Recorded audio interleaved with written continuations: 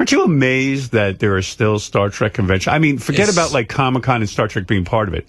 That there are still Star Trek conventions, like devoted only to Star Trek. And how many people show up? I mean, thousands, right? 10,000 at the Las Vegas That's convention. huge, man. 10,000. It's incredible.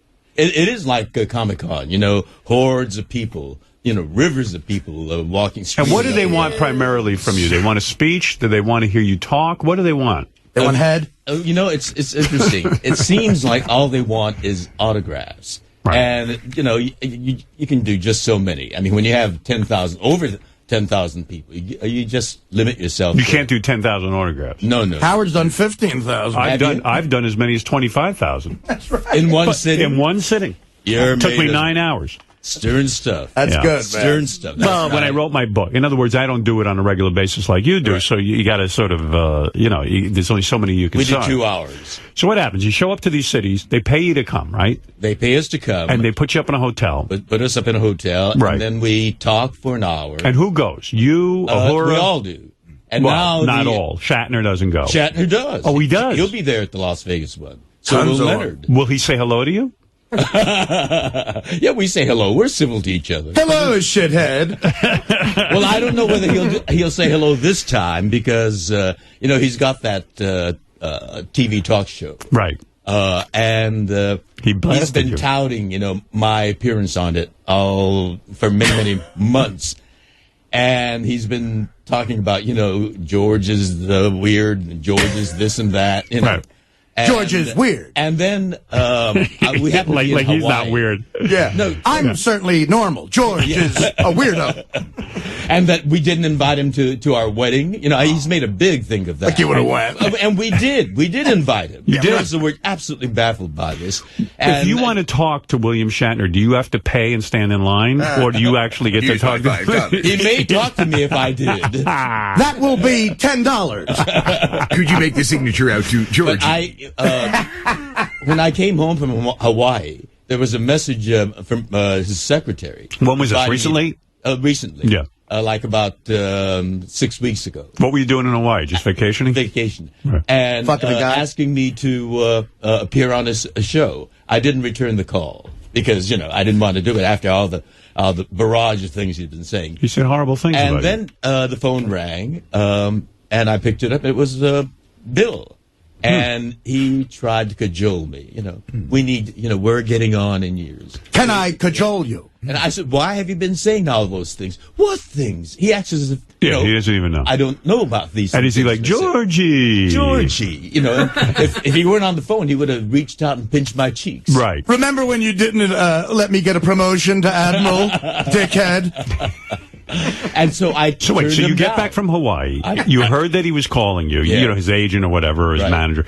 You don't return the call, and then you're on your personal phone. A call comes through. It's Bill Shatner himself. Bill himself. Ah, boy, it shows you've come up in the world because now all when of a sudden he calls me, yes, all of a sudden he needs you. It's not just Ricardo Montalban. You sure it wasn't Kevin Pollak doing an impression? So you get on the phone with him, and are you afraid that it maybe really isn't William Shatner in the sense that... No, I know Bill. Okay, you know That's him. Bill. That one you I can recognize his voice. So you see Bill, I mean, you get on the phone with him, and he starts in like, nothing was ever said on his show. You know, Georgie, we're getting on in years, you know, we have to move on. And I said, well, what's this about judging me like a racehorse or judging me like a future wife, you know? What do you mean? I never said that. I never heard of that, you know? Yeah. And so I said, Bill. Hit the tape. Yeah. You know, all right, I see what's going to happen. You know, I'm on your turf. You control everything. You're going to deny you said everything that I heard you say. And so I'm, you know, completely vulnerable. No, Bill, I'll talk to you in other situations, but not on the air. Right. And I hung up. And you hung up on him? Well, no, I didn't hang up. You know, but I told you said goodbye? Yes. And I told him in essence I wouldn't do that. Bye. And... that was it. So this time, God, I'd love to have a tape of that phone call.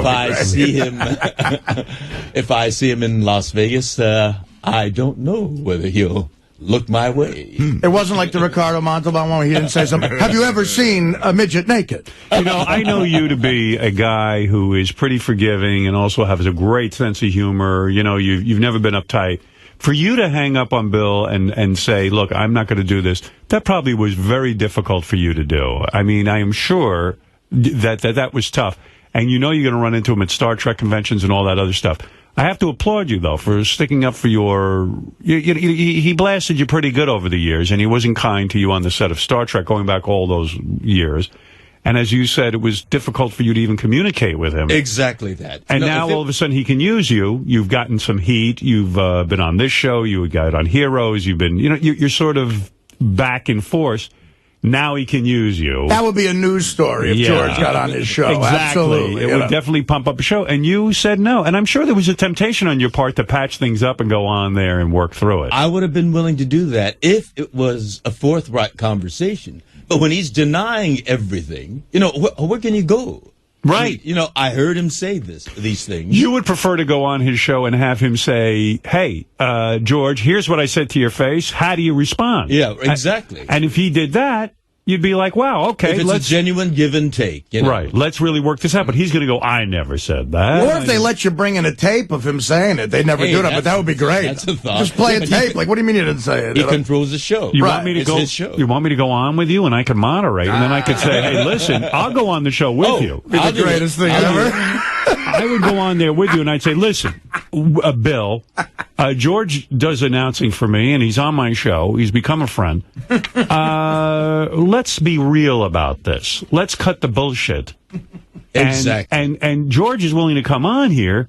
If you allow me to really play tape of what you said, and George can respond and confront you about it, and then talk about some of the references to gay stuff, sort of, with a wink and a nod. Right. Stuff about what happened on Star Trek, how you only felt worthy to talk to Leonard Nimoy, but not George. All of this stuff over the years. Star Trek convention, you're treated differently.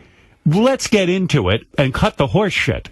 That you'd be comfortable with. I would be comfortable with that if it's going to be a genuine conversation. Where's he take that horrible show? Is it is it here in New York or in L.A.? No, in L.A. Oh, fuck that. Yeah, I ain't going out to L.A. Maybe he'd come would here. Would you do it if Bill agrees to come here?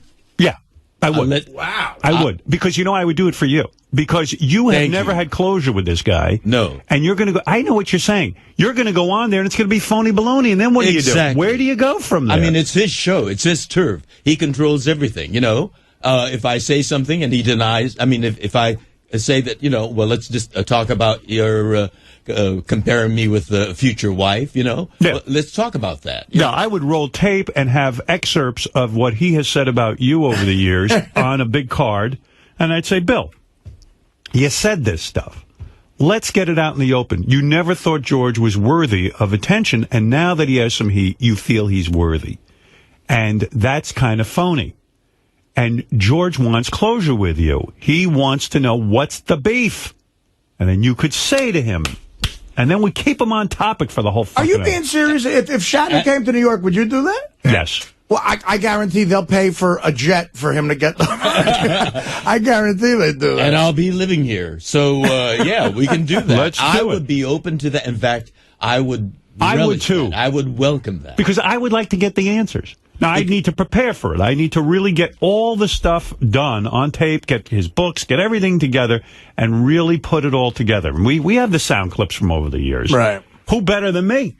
No one. And in my book, I've been fair to him. I've just, called it as it is, as it was. Everything is factual. No name calling, no comparing him with a horse or anything like that. Right. Did he compare you to a horse? Yes. He's a horse. It's like he says, judging George is like judging a horse that I'm going to buy. What? What does that even mean?